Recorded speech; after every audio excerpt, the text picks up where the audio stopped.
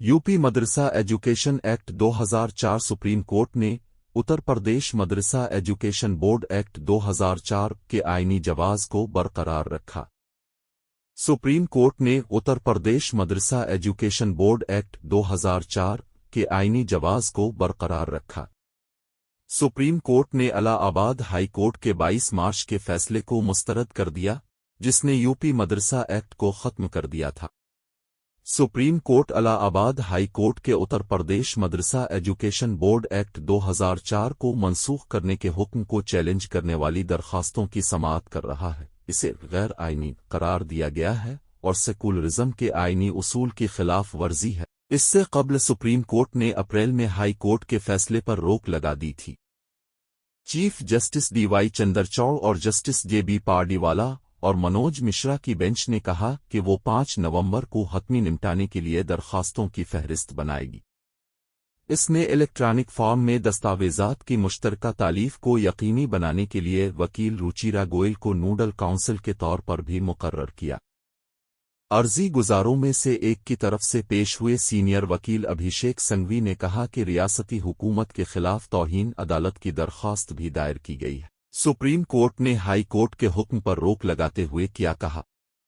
Supreme court ने high court के फैसले पर रोक लगाते हुए कहा था कि मदरसा बोर्ड का मकसद रेगुलेटरी नौयत का है और इलाहाबाद हाई कोर्ट का ये कहना बुनियादी तौर पर दुरुस्त नहीं है कि बोर्ड के क़याम से सेकुलरिज्म की खिलाफ वर्जी होगी।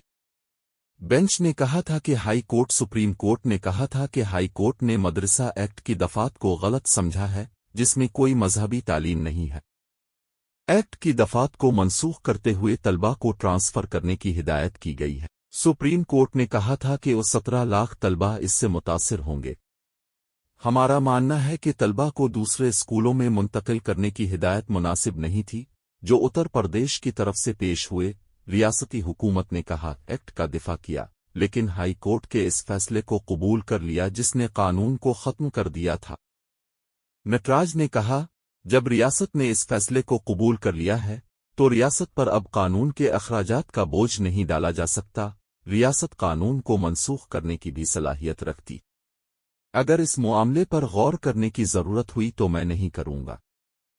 इसमें रुकावट डालो। उन्होंने कहा कि हुकूमत की जानिब से कोई मदरसा बंद नहीं किया जा रहा। हुकूमत हर साल 1096 करोड़ रुपए का माली बोझ बर्दाश्त करती है। नटराज ने कहा कि उत्तर प्रदेश हुकूमत मदारिस की मदद के लिए हर साल 1096 करोड़ रुपए का माली बोझ बर्दाश्त करती है। हाई कोर्ट ने उत्तर प्रदेश मदरसा एजुकेशन बोर्ड एक्ट को गैर आईनी करार दिया।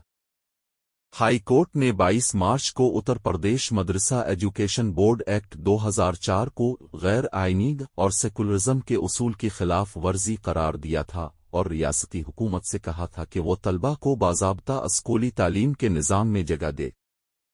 हाई कोर्ट ने वकील अंशुमन सिंह राठौर की तरफ से दायर एक रद्द दरख्वास्त पर कानून को कालअदम करार दिया था। हाई कोर्ट ने 22 मार्च को उत्तर प्रदेश मदरसा एजुकेशन बोर्ड एक्ट 2004 को गैर आईनी और सेकुलरिज्म के उसूल की खिलाफ वर्जी करार दिया था और रियासती हुकूमत से कहा था कि वो तलबा को बाज़ाब्ता स्कूली तालीम के निज़ाम में जगह दे।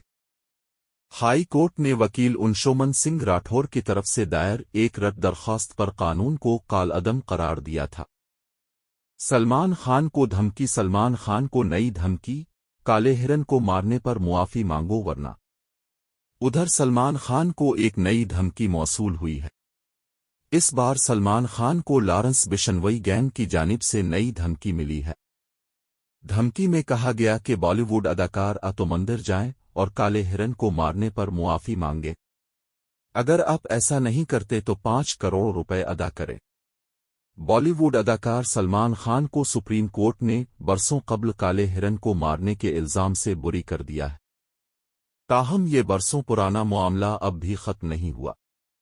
काले हिरन पर यकीन रखने वाली बिशनोई बरादरी सलमान खान से मुआफी का मुतालबा कर रही है। उधर सलमान खान को एक नई धमकी मौसूल हुई है।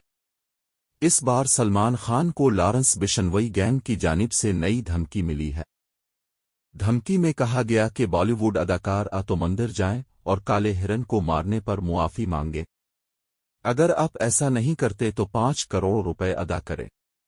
मुंबई पुलिस के ट्रैफिक कंट्रोल यूनिट को पीर के रोज एक शख्स की तरफ से एक पैगाम मौसूल हुआ जिसने दावा किया था कि वो गैंगस्टर लॉरेंस बिशनोई का भाई है, जिसमें धमकी दी गई है कि अगर सलमान खान ने उनके कुछ मुतालिबात पूरे नहीं किए तो उन्हें जान से मार दिया जाएगा। पैगाम में लिखा गया कि अगर सलमान खान जिंदा रहना चाहते हैं तो वो हमारे बिशनोई बरादरी के मंदिर में जाएं और मुआफी मांगें, आप 5 करोड़ रुपए दें।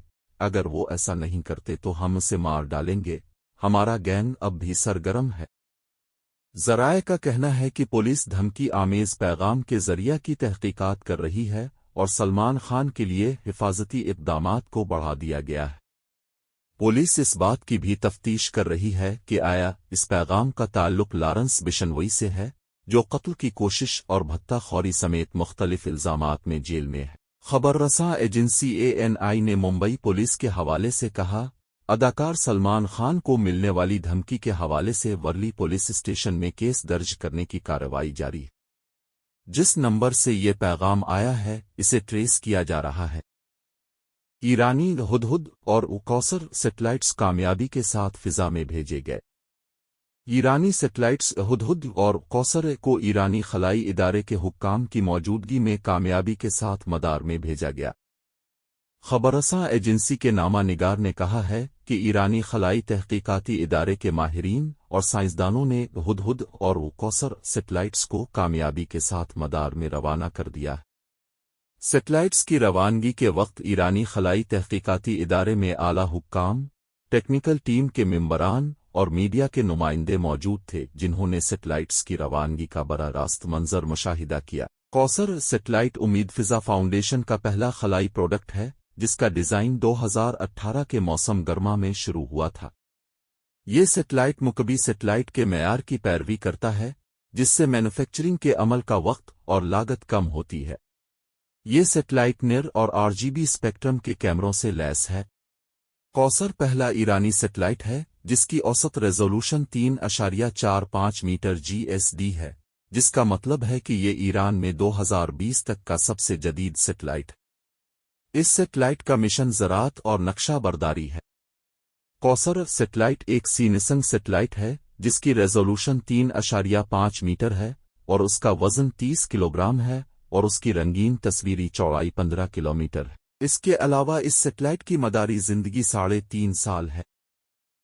उर्दू की बका और अवाम में दिलचस्पी के लिए शहरनामा के इस YouTube चैनल को ज़रूर सब्सक्राइब फरमाएं।